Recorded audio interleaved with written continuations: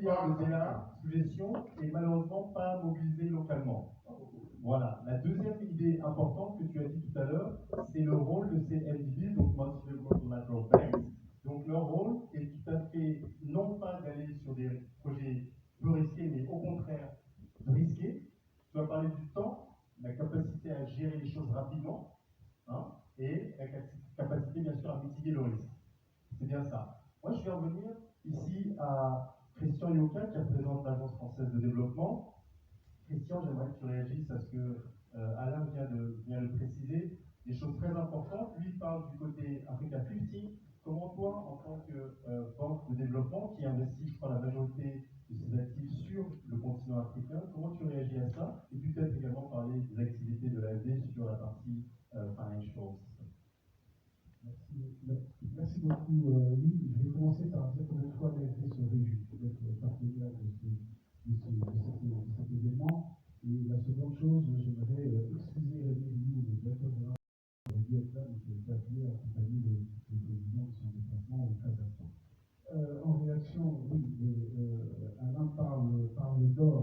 Pour nous, évidemment, un des enjeux autour de la question du financement du développement, c'est la capacité à mobiliser les ressources domestiques dans les pays. Évidemment, et je pense que vu notre rôle, nous devons faire preuve d'humilité. Les fonds que nous sommes capables de mobiliser ne seront jamais suffisants pour faire face aux besoins qui sont identifiés dans le pays. Or, les pays ont des ressources. Les taux de pression fiscale que l'on observe dans certains pays sont beaucoup trop bas. L'épargne existe en effet et il faut en réalité que les flux viennent se compléter les uns les autres pour pouvoir faire face aux différents besoins. Donc je rejoins tout à fait ce que vient de dire Alain, évidemment. Peut-être, tu sais, pour l'audience et pour les gens qui nous regardent à l'international, pourquoi c'est important de mobiliser des ressources locales versus extérieures? Et quel est l'impact? Peut-être que tu veux parler de exposure to c'est important à plusieurs points de vue. D'abord, encore une fois, les ressources extérieures elles-mêmes ne seront jamais suffisantes. Ça, c'est le premier point. Second point, lorsque vous apportez des ressources extérieures en devise, vous avez du mal à financer un certain nombre d'acteurs locaux qui ont des recettes en monnaie locale, qui se retrouvent donc exposés à un risque d'échange, et c'est un frein au financement dans un certain nombre de pays. Donc, il est important que l'épargne locale puisse être mobilisée pour pouvoir financer des acteurs locaux. Je vais revenir sur un autre point mentionné par Alain, sur le dérisking et sur la nature des projets qui pourraient être financés par l'extérieur. Nous finançons des projets risqués, nous intervenons en subsidiarité par rapport au secteur financier local. Nous, dans nos interventions, nous ne sommes pas là pour faire concurrence au secteur financier local. Les ressources que nous apportons sont des ressources long terme, concessionnelles. Dit autrement, nous apportons des solutions de financement que le secteur financier local ne peut pas apporter. Et donc, de ce point de vue-là, nous faisons attention, en effet, à ne pas nous positionner sur des financements qui ne seraient absolument pas risqués, puisque de toute façon, en apportant cette ressource longue, nous prenons déjà part du risque que le secteur local ne peut pas prendre. Merci Christian. Alors, je vais passer, I'd like to move on to Antonella. Antonella, when we think of Italy, again, as I was saying earlier, people don't necessarily think of investment in climate finance, etc., etc. Can you please tell us more about Cassa Deposito Prestiti and what you have as an exciting, sustainable instrument coming up? Thank you. First of all, good morning, everyone. I'm very pleased to take the opportunity to be in this panel, and I would like also to thank the Development Center of OECD and the African Union Commission for organizing and leading this event, and thanks for your introduction. Actually, we are now meeting in a completely different field with respect to the one in Cartagena. Absolutely. We were together in Cartagena in Colombia, the Finance Incumbent Summit. So now, to answer to your thought-provoking question, let me just give you a few insight of the activity of Cassa Depositi e Prestiti, which is the Italian national promotional institution, a well-known national promotional institution and long-term investor under 70-year history with a unique role in the domestic economy that only recently was the line under the Italian law at the Italian Financial Institution for Development Corporation. And currently Africa represents the largest beneficiary of CDP intervention in partner country. Since 2019, beginning of our operation, more than 50% of CDP non-resources, financial resources deployed in all the eligible countries have been directed to support development initiative in Africa. We are the youngest DFI in Europe. Our history is brief. However, our experience developed in a time frame that in a very few years actually has seen the world change as we know it. And it is precisely in this context that we began building our strategy in supporting sustainable investment in Africa. And we developed this strategy looking at three central pillars, also looking at established the experience of established IFIs and DFIs, methods, approach, and tools.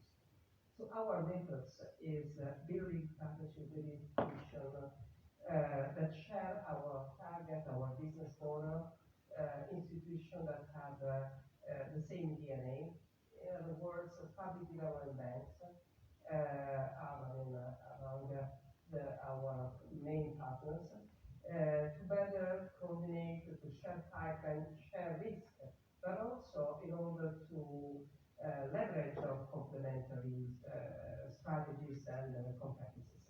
Then the second pillar is approach. And here we come with partnering with African Public Development Bank, partnering with local financial institutions, which is also related to the topic of mobilizing domestic resources, local domestic resources, so local resources. Institutions which are, we consider, best positioned in order to lead other development players and catalyze also financial resources towards quality projects on Africa key priority themes. And now the third pillar of our strategy, tools. Our philosophy here is that in order to be effective, we must have a set of financial instruments that allow us to deal with a variety of contexts, a variety of needs, where flexibility is key in providing timely, agile, and tailor-made solutions. And perhaps Italy's most significant response to this need has been the establishment in 2022 of the Italian Climate Fund, which is the main public instrument for climate and development finance in Italy. How much is the fund? It's 4.2 billion euro. 4.2 billion. Yeah, for a program that will be deployed over the next 5 years. It's managed by CDP. The fund is now operational, and it will support the Italian commitment to scale up global climate finance. It will be mainly focused on Africa. Indeed, the Italian Prime Minister Meloni, let me quote, she declared at the G20 summit in India that Italy will allocate more than 70% of its Italian climate fund to Africa. That So means 70% of 4.2 billion is a commitment from how much? 3 billion euro over the 3 billion euros will be allocated by Italy to Africa on the climate fund, right? But let me just give a short list, several, tell you some characteristics of these financial instruments, because the fund will support a wide range of projects, both public and private,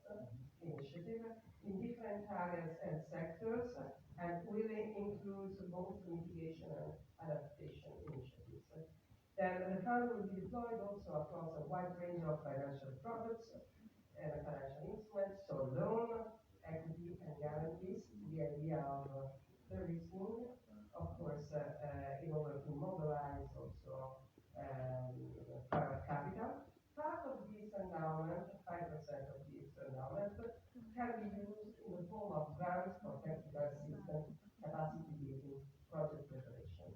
And we have now, on the two topics that you mentioned before, the de-risking and the technical assistance. So given the scope and the flexibility of these financial instruments and also its ambitious targets, we consider these funds also as a platform to develop and to strengthen partnership in order to share projects linking our action to those of partner countries, but also other public government banks, local financial institutions, and development stakeholders. So this is in a nutshell the way our institution will contribute to this.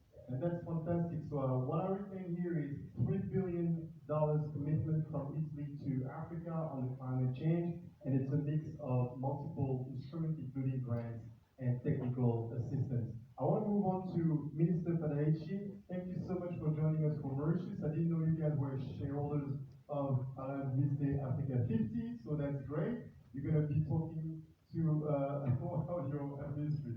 So first of all, Minister, I would like two things from you.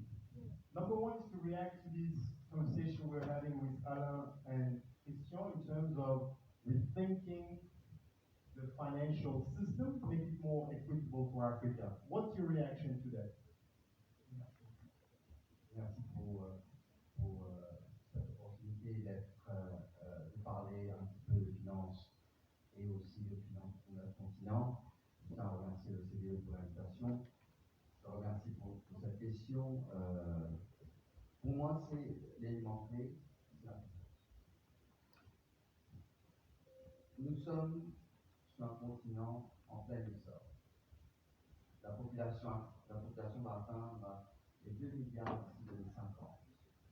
Nous sommes en train d'avoir un taux de croissance assez élevé par rapport aux autres continents.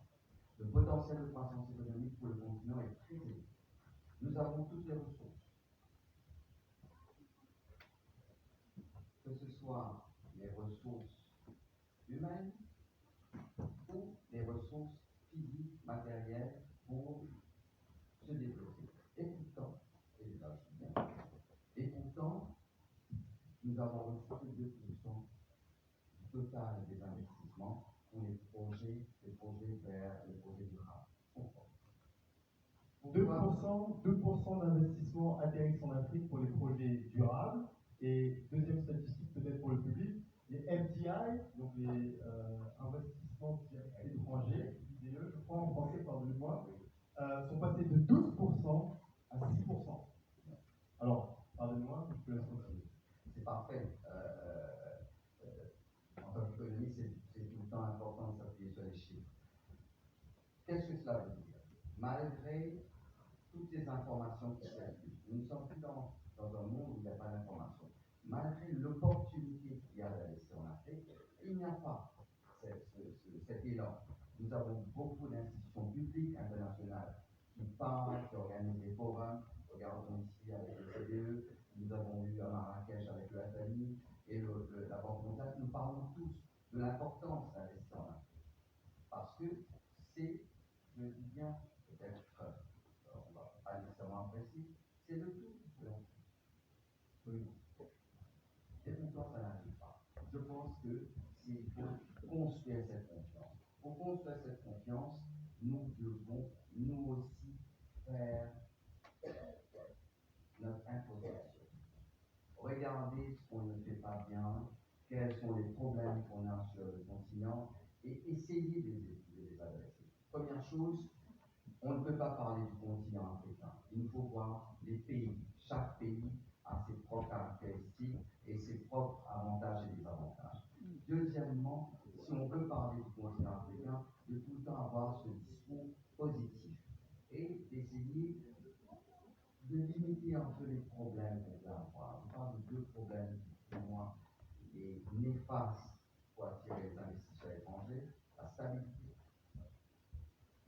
Quand je parle de stabilité, c'est stabilité économique, stabilité politique, stabilité monétaire. Nous n'allons pas investir, j'ai déjà entendu ça de la part des investisseurs privés, nous n'allons pas investir dans un pays où nous ne voyons pas ce qui va arriver dans 10 ans, dans 15 ans. Pourquoi? Parce qu'ils sont en train de venir pour investir pour les prochaines 10 ans, ils vont pas investir pour les prochaines 3 ans. Donc, c'est regarder le cadre réglementaire pour protéger les investissements. C'est très, très important. Tout à l'heure, je parlerai un peu de ce que nous, à Maurice, nous avons fait. Deuxièmement, très, très important, c'est de parler des projets. De ne pas prendre cette attitude, et là, je dis bien, mais l'attitude aussi, de cette attitude de une attitude où on se met un peu en difficulté nous-mêmes, parce qu'on se dit, oui, on aurait dû avoir ceci, non. Nous devons avoir cette approche que j'appelle une approche pragmatique. Les faits, qu'est-ce qu'on est en train de faire? Chaque pays, quels sont les avantages de chaque pays?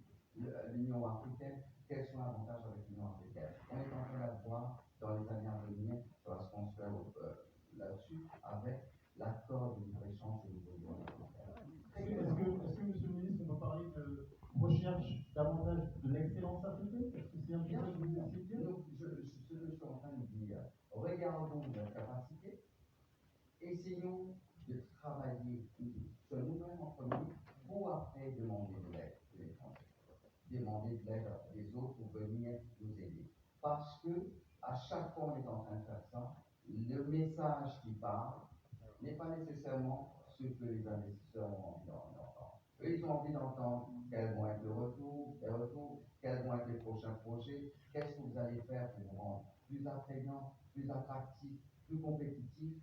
Et c'est comme ça. Nous n'allons pas pouvoir changer ces habitudes.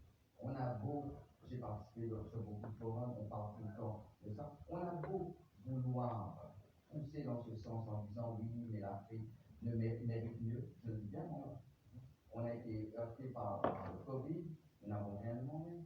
Nous sommes en train d'être heurtés par la guerre en Ukraine et ce qui se passe actuellement au Moyen-Orient. L'Afrique n'a rien demandé. Et pourtant, l'Afrique va être le premier touché par tout ce qui arrive actuellement. Donc, ça, ce sont les faits. Maintenant, qu'est-ce qu'on fait nous pour attirer plus d'investisseurs? Justement, qu'est-ce que vous faites, vous, plus à Maurice pour attirer plus d'investisseurs? Déjà, je dis direct, nous n'acceptons pas. Nous avons construit notre propre résidence économique et sociale. La première chose que nous avons fait à Maurice, pendant les 10 dernières années, nous avons construit notre réserve en début, qui représente plus de 12 mois d'accord. Très important pour construire notre indépendance économique. Quand nous avons été heurtés par la crise, nous ne sommes pas allés demander. Nous avions des capacités. Nous avons procédé avec nos réserves, nous avons pu tenir. Donc, il y a eu des institutions internationales qui sont venues nous dire est-ce que vous avez besoin d'aide? Nous avons dit oui à certains, en particulier à l'AFD, parce que les accords, il faut bien voir ce qu'il y a dans les accords. Nous n'allons pas accepter n'importe quel type d'accord qui va nous mettre en péril par la suite. Nous n'allons pas accepter, par exemple, un accord avec une institution internationale qui nous dit écoutez, il faut enlever la pension, il faut enlever l'éducation gratuite, il faut revoir votre système de santé, et ainsi de suite. Moi, je suis ministre des Finances, j'ai vu ce type d'accord. Je ne vais pas accepter. Je ne vais pas prendre de l'argent que j'appelle de l'argent passif pour mettre en péril le pays par la suite. Absolument, très très bon. Alors, c'est absolument vrai et totalement applicable à beaucoup de nos pays africains qui vont prendre effectivement des prêts qui vont malheureusement sur le moyen et long terme absolument détruire la solidité financière du pays. Monsieur le ministre, je vais laisser Christian qui voulait jump in. Oui, je suis content de vous dire après ce qu'il vient de dire. Juste un élément à propos de l'investissement qui pourrait nous échapper. On parle beaucoup de l'investissement direct étranger entendu comme l'investissement de la part d'investisseurs hors d'Afrique. Or, il y a un phénomène auquel on assiste, c'est lequel je vous invite à prêter attention, c'est cette africanisation de l'Afrique. Les investisseurs étrangers ont en effet une certaine perception du risque, une certaine aversion au risque. Ils sont par ailleurs pris dans un ensemble de réglementations en matière de conformité qui rendent difficile l'investissement dans certaines géographies. Mais ce que l'on observe, c'est que dans tout un tas de secteurs, vous avez en fait des acteurs africains qui investissent dans d'autres pays d'Afrique. C'est le cas du secteur bancaire, du secteur de l'assurance, du secteur des mines, lorsque vous avez la projection de pays comme le Maroc en Afrique subsaharienne. Et ces dynamiques-là sont extrêmement intéressantes aussi à prendre en compte. C'est très présent d'ailleurs qu'à l'AFD, on a cessé de distinguer l'Afrique du Nord et l'Afrique subsaharienne. L'Afrique est maintenant un tout à l'AFD pour tenir compte de ces dynamiques que l'on observe. Et justement, Christian, comme tu as la parole, est-ce que tu peux nous parler concrètement de qu'est-ce que vous faites au niveau de l'AFD justement pour faciliter ces investissements et avoir plus d'accès, si tu veux, aux finances pour les acteurs africains, côté AFD, mais également pour parcours. Je veux qu'on parle du secteur public et du secteur privé.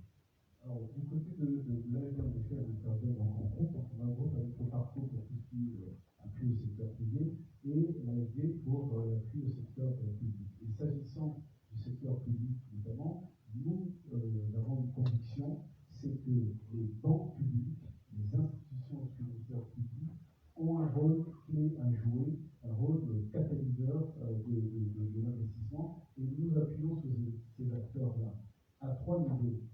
De manière assez traditionnelle, nous apportons des lignes de crédit sectorielles pour pouvoir financer des PME, financer des actions en faveur de la lutte contre le dérèglement climatique. Mais de plus en plus, avec des acteurs un peu plus matures, ce que nous apportons, ce sont des financements dits transformationnels qui aident ces acteurs-là dans leur transition pour être plus à même d'être capacité eux-mêmes de soutenir le secteur financier local. Donc nous le faisons en Afrique du Sud avec la DBC, par exemple, avec TDD Development Bank, africain, TDD pour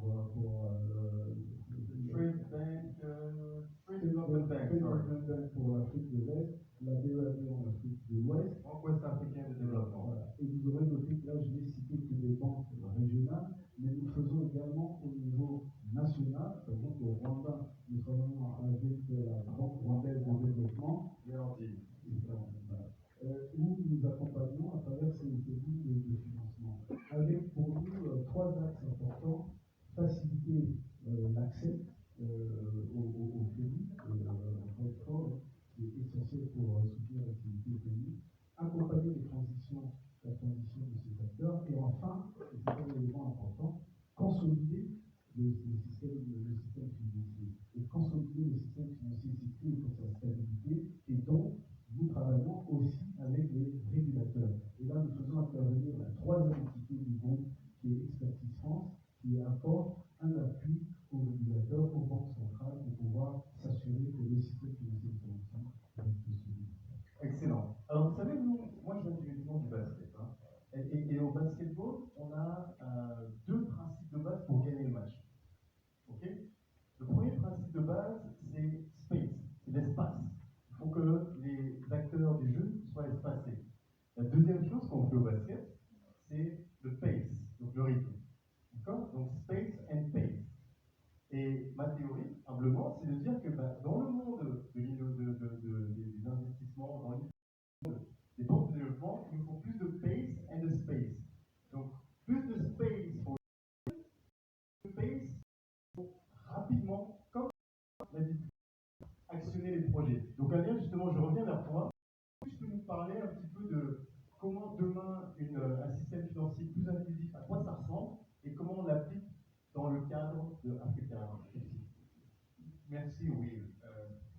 Dans mes discours ou mes actes aussi, et ceux de mes collègues depuis que je dirige Africa Center, je parle régulièrement de la rapidité de la mise en œuvre des projets. Je demande aux gens de comprendre le coût d'opportunité du retard dans les décisions. Parce que parfois, quand les gens prennent des décisions, ils ne voient pas que les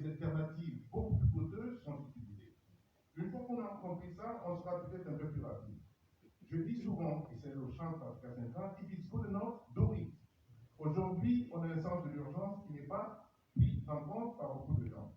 Bon, ça c'est au niveau de la rapidité, c'est important. Je pense aussi, et je parlais avec ma soeur Christina ici, il faut réduire la perception du risque en Afrique par rapport à la réalité. C'est vrai, et je suis d'accord avec le ministre, mon frère mauricien, que nous devons faire notre propre introspection pour savoir qu'il y a des choses endogènes que nous devons changer. Mais il y a une grande perception du risque qui n'est pas toujours consistante avec la réalité. L'étude de Moody's, c'est l'agence de notation mondialement connue, en 2020, ils ont fait une étude. Les taux de dépôt pour les financements infrastructures en Afrique sont les deuxièmes plus bas au monde. Au monde. Si on avait posé la question sans avoir cette étude, on aurait dit l'Afrique est risquée. Mais si vous regardez l'étude de Moody's, l'Afrique est deuxième après le Moyen-Orient. Deuxième le plus bas. Deuxième plus bas. En termes de taux de dépôt. En termes de taux de dépôt, c'est-à-dire en termes de risque. Le risque, c'est le taux de dépôt. Et donc, quand on dit à New York, à Paris et ailleurs, l'Afrique c'est risqué, c'est la perception. Est-ce que là, je peux juste jumper pour te donner une deuxième statistique peut-être à partager? Oui. Alors, c'est le taux debt GDP. The debt GDP ratio, it's a ratio very important when you look at countries. So, the debt GDP ratio in Africa, on average, 40%. The debt GDP ratio in the rest of the world and some G20 countries, 130%. Donc, this narrative, on doit changer aussi ça, et on doit également parler des success stories. Il y a des bons projets qui se passent en Afrique où on a eu de l'impact et du rendement. Nous, Africa 50, ça fait que 6 ans que nous existons, nous avons réussi à déployer notre argent dans 22 projets à travers 23 pays africains, et nous gagnons de l'argent, et il n'y a pas de problème à dire qu'on gagne de l'argent, parce qu'on a de l'impact et les projets sont compétitifs. Nous avons 400 MW de solaire à Belgrade, etc. Mais aussi, il faut dire, le paradigme est en train de changer. Les Émirats arabes unis qui vont faire le COP, la COP 28 à Dubaï, ils ont annoncé à Nairobi 4,5 milliards de dollars d'investissement dans les projets renouvelables en Afrique. Ils ont choisi Africa 50 comme partenaire stratégique. Mais 4,5 milliards de dollars parce qu'ils ont vu l'opportunité. Et ils ont fait ça de manière pragmatique en disant voilà, nos 4,5 milliards de dollars, voilà les entreprises et les organisations qui sont responsables, et on dit en anglais accountable for delivery. Et c'est différent de ce que beaucoup de gens faisaient avant, où ils annoncent cet échange sans nous dire comment est-ce qu'ils vont le mettre en œuvre. Et sur le on dit this is $4.5 billion, Mazda, Amir Power, Abu Dhabi Fund, Africa 50 Products, you're responsible for implementing. C'est-à-dire que si on ne fait pas ça, c'est nous qui allons échouer. C'est une nouvelle approche également de comment on fait les choses. Enfin, c'est très important pour nous. Nous, les Africains, nous devons investir en Afrique. La mobilisation des ressources africaines pour l'investissement en Afrique. J'ai même envie de dire, avant d'aller demander l'argent à CDP ou à quelqu'un d'autre, trouvons déjà au moins un partenaire africain. Aujourd'hui, Africa 50, dans notre fonds de développement, dans notre fonds Africa Infrastructure Acceleration Fund, nous avons 17 investisseurs institutionnels africains qui nous ont soutenus. Je peux vous dire que maintenant, quand je vais parler à CDC, à CDP et à d'autres, et que je leur dis, I need your money, but I have 17 African institutional investors backing me, they want to talk to me. They're saying, okay, this is actually quite good. Parce qu'avant, je serais d'abord allé voir au parcours, au CDP ou les autres, en disant, please give me money before I go to Africa. I'm not doing that anymore. First, I go to Africa, and then I go to the global. And this is actually very And this is happening. So more African money for Africa. I would love to get Antonella to join the conversation here. Antonella, listening to this, what is the perspective from non-African institutions? How do we make ourselves even more attractive to you, for you guys to even invest even more into the continent? Yes. Let me just start with the idea that I mentioned before. The partnership is crucial, and national institution which we are already considering the possibility of working together. I think perhaps this is a more efficient way to reach our target locally, to work with local financial institutions, to mobilize, of course, additional financial resources, but they can priorities of local financial institutions. And let me get back to the image you gave at the beginning of this panel and the need of $1.6 trillion by 2030 1.3. in order to reach the sustainable development goals. This is the need of the African continent role, and this provides behind numbers, I mean, a clear picture of how much additional effort is needed to close this gap, and it's a global challenge that also includes collective responsibility to act now. And I come back to your idea of timing or your idea of pace, and actually it's a question of timing and scale in defining suitable action with two major implications for our work as a public development bank. First, to meet this investment gap, we urgently need to leverage the private sector more, both in terms of financial resources, but also in terms of delivery expertise. And second, of course, we need to come together to build and maintain complementary strategies. We need to build a complete network linking donors, national and international institutions, financial intermediaries, companies. A network founded on public and private partnership. Public-private partnership is represent indeed the very DNA of a public development bank, and is a central pillar of CDP strategy. By combining this public mandate with a market-oriented approach, we are ideally placed to deliver solutions in order to mobilize private sector and private capital. So this mobilization should start in our idea from a sound incremental approach, while at the same time also devising a long-term plan. So our idea is that we have to begin by striking a new balance between the public sector and the private sector, between the logic of donors and the logic of market players, where donors and development finance institutions must be strategically concentrated on allocating resources in order to mitigate non-marketable which is the essence of course, the blended finance, leveraging the effect of limited public resources by crowding in private capital. But based on this approach, the second step, so the first is blended finance, the risk, is the quality of the project. In order to capitalize and tap resources efficiently, it becomes imperative to build a total pipeline of projects, to improve the value and effectiveness of the investment, leveraging on several strategic pillars. One is the technical assistance, so resources to support the planning, the development, and the financing of a comprehensive investment program. And the second is promoting strategic and quality projects in order to increase their attractiveness and the capacity to attract resources from impact-minded market investors. So all these are indispensable, in our opinion, ingredients in order to have a successful public-private partnership to scale up investments.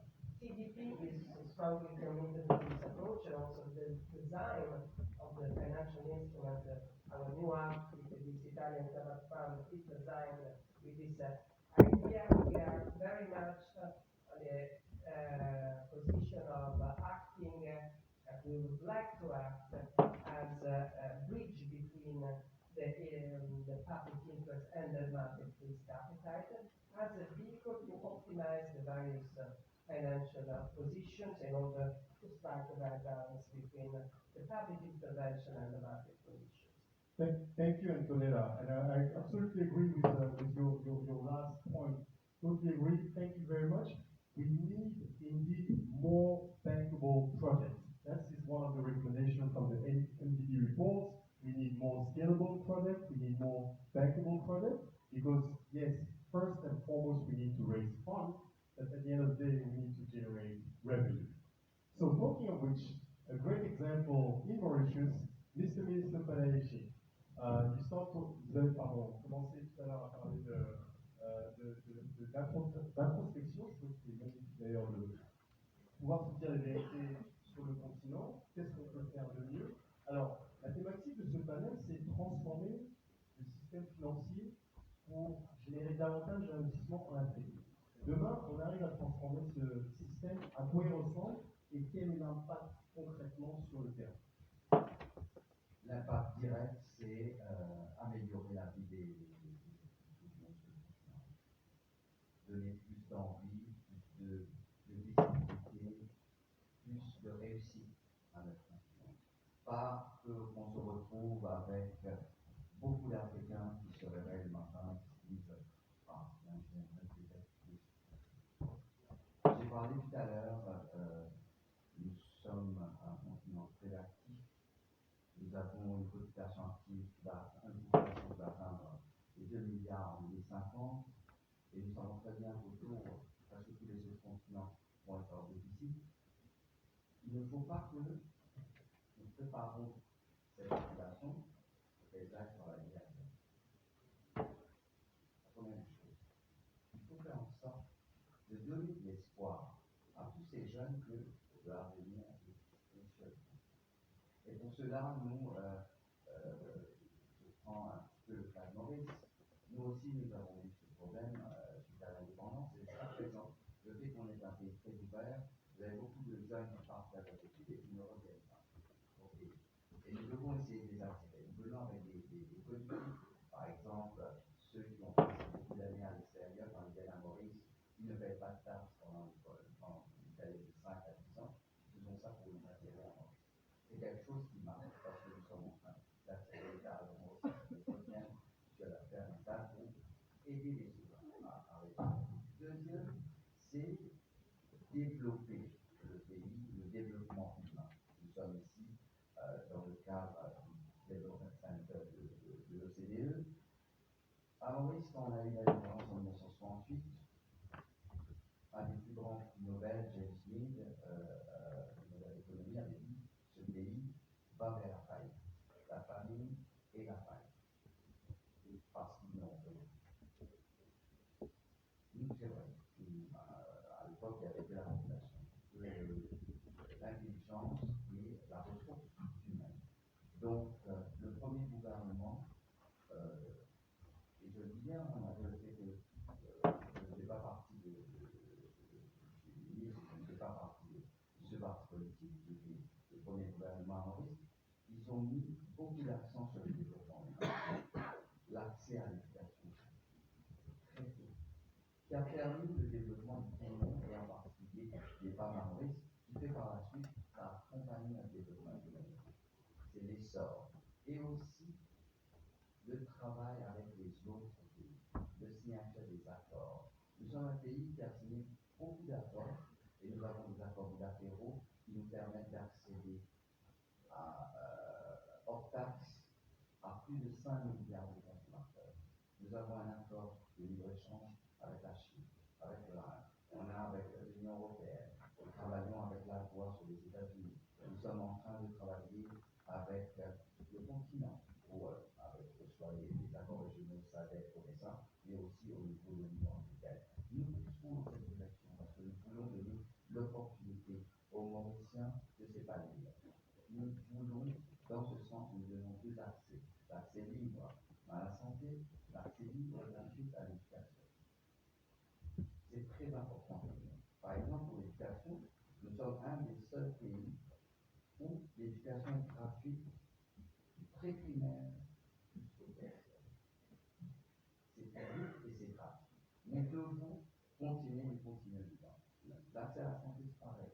L'accès, c'est gratuit. Vous êtes malade, vous allez à l'hôpital, c'est gratuit, vous ne payez rien.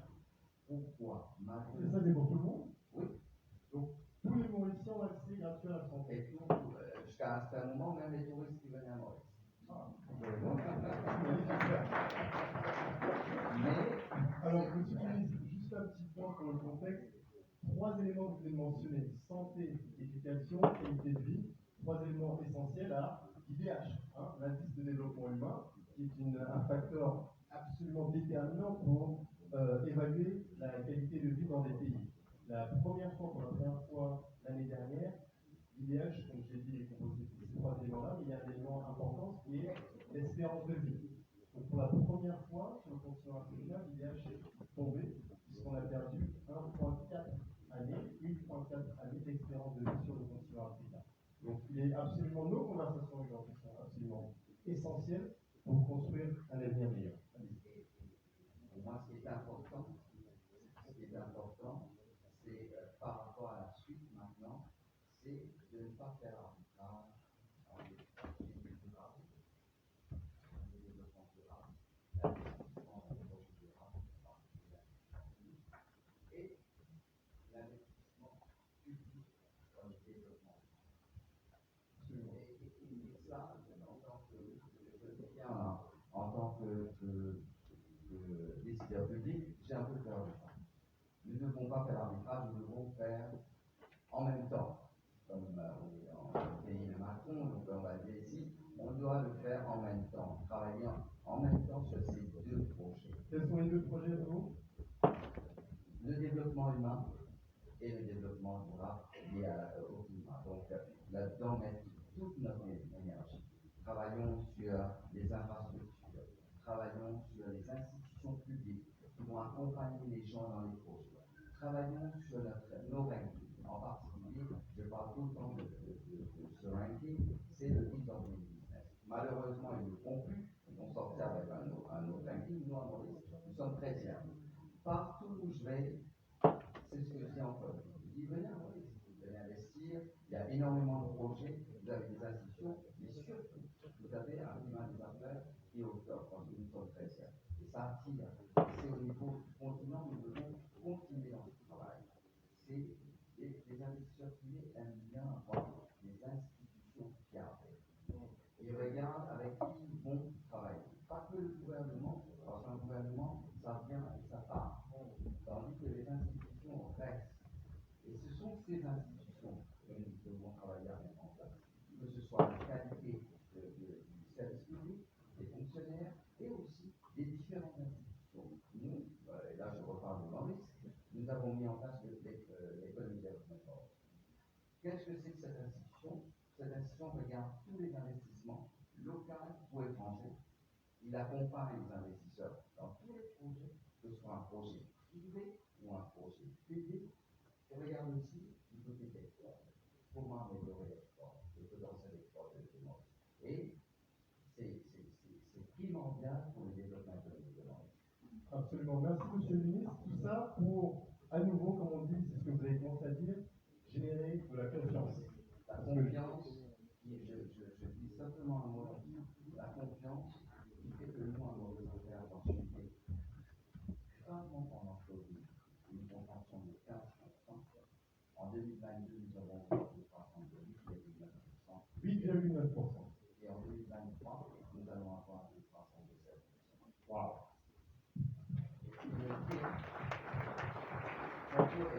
Absolument. Merci, monsieur le ministre. Christian, tu voulais réagir? Quelques points. Alors d'abord, une précision sur la chute de l'IH observée en Afrique. C'est vraiment conséquence de la pandémie Covid. Et ça souligne à bon point justement la vulnérabilité du continent par rapport à la choc technologique qui font qu'il est nécessaire d'investir dans le renforcement du système de santé. Je voulais réagir sur un point. On mentionnait la perception du risque, notamment le rôle des agences de notation. Alors, tout à l'heure, tu faisais référence au sommet Finance en commun qui s'est tenu à Carthagène. Finance en commun, c'est ce mouvement qui regroupe 530 banques de développement à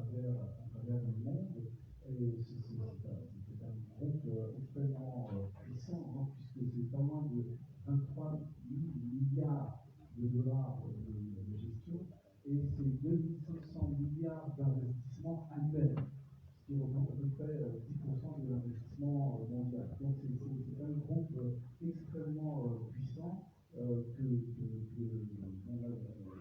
les membres et amis deviennent assez dynamiques. Et alors, au cours de la réunion qui est à Carthagène, une des conclusions était de travailler à faire évoluer le système financier international, notamment en se rapprochant des agences de notation, d'une part, pour essayer de faire évoluer les méthodes de travail, la perception des risques que peuvent avoir ces agences de notation, en particulier lorsqu'il s'agit du continent africain. Et l'une des deuxièmes conclusions en lien avec ce qui s'est dit lors du sommet sur le nouveau pacte financier mondial, c'est de pouvoir travailler à évaluer l'impact des règles prudentielles qui ont été mises en place dans la suite de la crise financière de 2008. Certaines de ces règles financières pouvant être extrêmement contraignantes lorsqu'il s'agit de permettre au secteur privé de prendre un certain nombre de risques, au secteur financier de prendre un certain nombre de risques. Et donc, l'une des idées, c'est de travailler l'évaluation de ces règles financières et de voir celles de ces règles qui peuvent constituer un frein à l'investissement et permettre de. Un dernier point, juste une incident. Avant qu'on donne la parole au public, parce que je voudrais vous entendre. Sur des éléments comme par exemple fait à propos du ratio PIB-dette, il faut se méfier de ce ratio. Et comme toujours, le diable dans le détail, ce qui est important, c'est de regarder d'autres indicateurs, en particulier le rapport export sur PIB, puisque le service de la dette, il faut pouvoir faire face et donc générer suffisamment de devises. Et pareil, les recettes fiscales sur PIB est l'autre indicateur important à surveiller pour éviter de tomber dans le piège de la dette dans le cas des pays sous. Donc le ratio chacun, juste le PIB sur dette n'est pas suffisamment. Absolument, absolument d'accord, mais tu as raison de souligner le fait que, et je l'ai pas fait tout à l'heure, la capacité des États à mobiliser les recettes fiscales localement a un impact effectivement sur ce ratio. Mais le fait étant que 40% versus 130%, ça reste absolument énorme. Alors je passe la parole maintenant, si tu veux bien, au public, parce que j'ai envie de les entendre. Est-ce qu'on a des questions, des réactions par rapport à ce qu'on entend? Ah, il y a un monsieur là. Est-ce que je peux avoir des microphones, s'il vous plaît? Il y en a un qui est ici.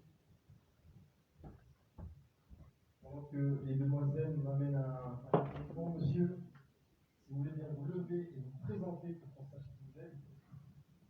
Bonjour tout le monde, je suis Cheikh Pita, je suis ambassadeur de l'UNICEF, la World Union for Small and Middle Enterprises.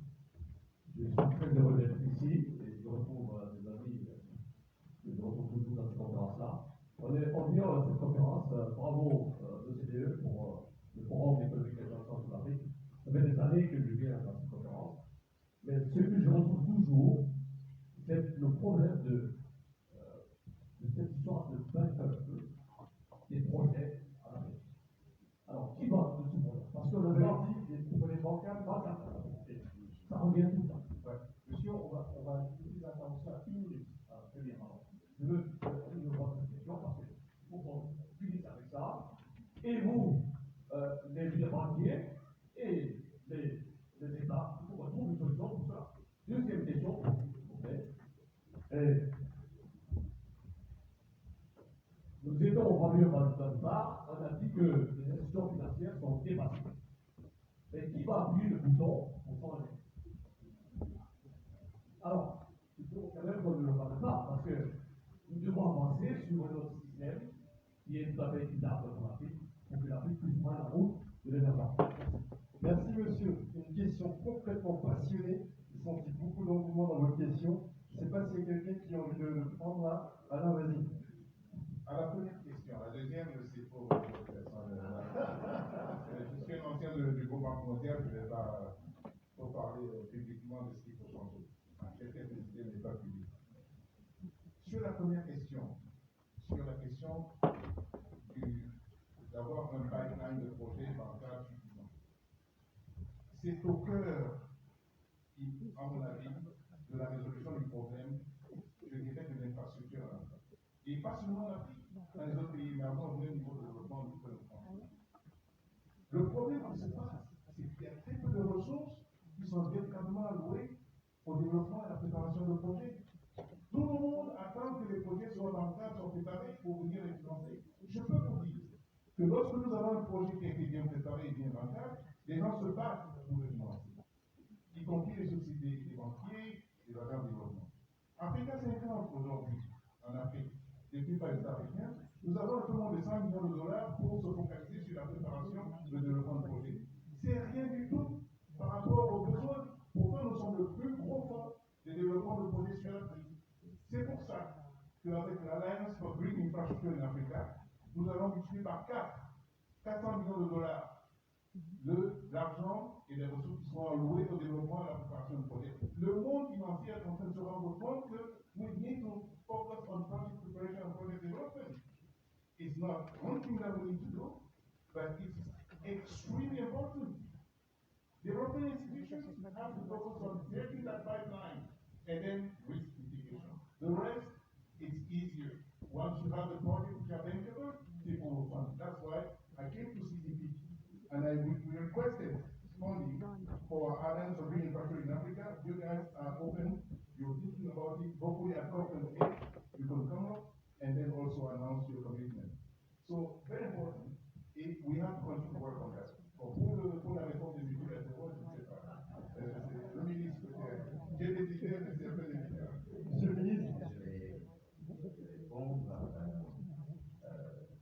Je ne vais pas dire qu'il faut donner du temps. Trop vite. Mais je suis très confiant parce il y a eu une réforme, je ne sais pas si vous êtes au courant, concernant les institutions multilatérales qui a été mise en place. On en a parlé à Marrakech et très confiant par rapport avec le nouveau président de la Banque mondiale, Ajay Banga, qui, je pense, a cette volonté de faire bouger les choses. Donc de ce côté-là, je suis assez confiant que c'est en train d'évoluer et d'évoluer dans la bonne direction, mais il faut donner aussi du temps parce que un changement d'une institution aussi importante que par exemple la Banque mondiale, ça prend son temps. Il ne faut pas non plus brusquer les choses parce que ceux qui mettent les capitaux à disposition, ce sont les pays avancés, les pays riches. Donc, eux aussi, ils ont des contraintes. Je ne sais pas pour dépendre de la Banque mondiale, mais ils ont, je pense que vous le savez très bien, ils ont quand même des contraintes qu'ils doivent respecter, le crédit rating, etc. Quelque chose que je voulais ajouter, c'est par rapport à l'institution Moody's. Très bien, je suis très content de publier que l'Afrique, c'est un des pays les moins risqués, les continents les moins risqués, mais en même temps, presque tous les pays africains n'ont pas de limitation actuelle. Donc, voilà la contradiction. Donc, c'est ça aussi qu'il faut peut-être essayer de voir, essayer de changer et essayer de travailler avec ça. Merci, Monsieur le ministre. Je vais prendre une dernière question parce que, a priori, on est 7 minutes en retard et mademoiselle, voilà, si vous voulez bien vous lever, s'il vous plaît, vous présenter votre institution affiliation. Bonjour à tous. Je suis ravie d'être avec vous ce matin et de pouvoir échanger avec des intervenants très intéressés. J'ai entendu pas mal de choses qui sont tout à fait justes et vraies. Je suis donc dans le partage numérique, une banque spécialisée dans les solutions de financement, notamment sur le marché émergent et en Afrique. Nous avons remarqué que le pays africain, le continent africain, n'a représenté que 0,5%, même moins que ça, de taux d'engagement, de volume d'émissions sur le marché international des capitaux. Et ça en 2022 et en 2023. Donc en fait, il y a aussi une nécessité de mieux utiliser cet outil qui est du contexte structurel des financements privés et continents africains.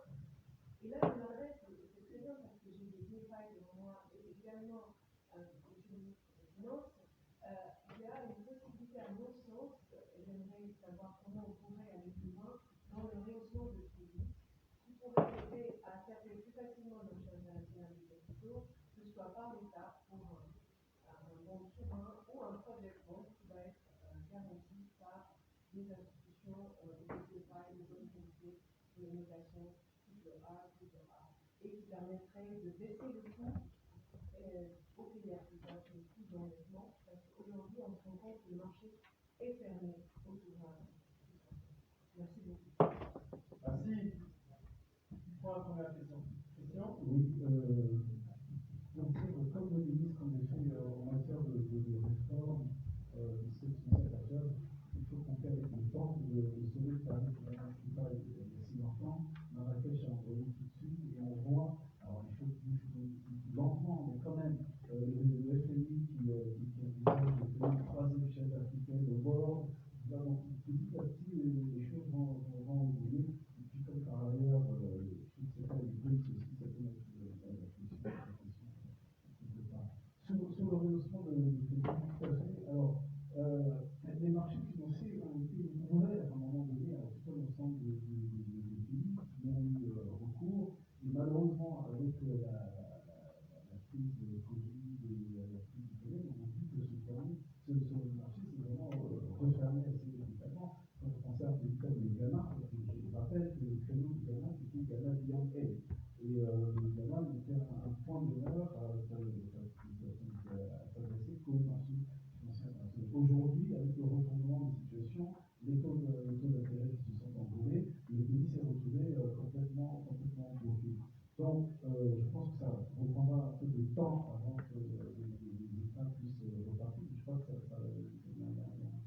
il y a un léger frémissement. Mais pour ce qui est du rehaussement du crédit, nous faisons en effet, nous avons par exemple garanti l'édition de la DBC sud-africaine qui a émis sa première obligation verte garantie par l'AFD. Nous leur souhaitons à refaire ça avec la banque du fonds de Namibie. Donc nous sommes disposés, d'ailleurs sur la DBSA c'était très intéressant parce que nous étions le seul souscripteur de l'émission, le seul à souscrire à l'émission de la DBC.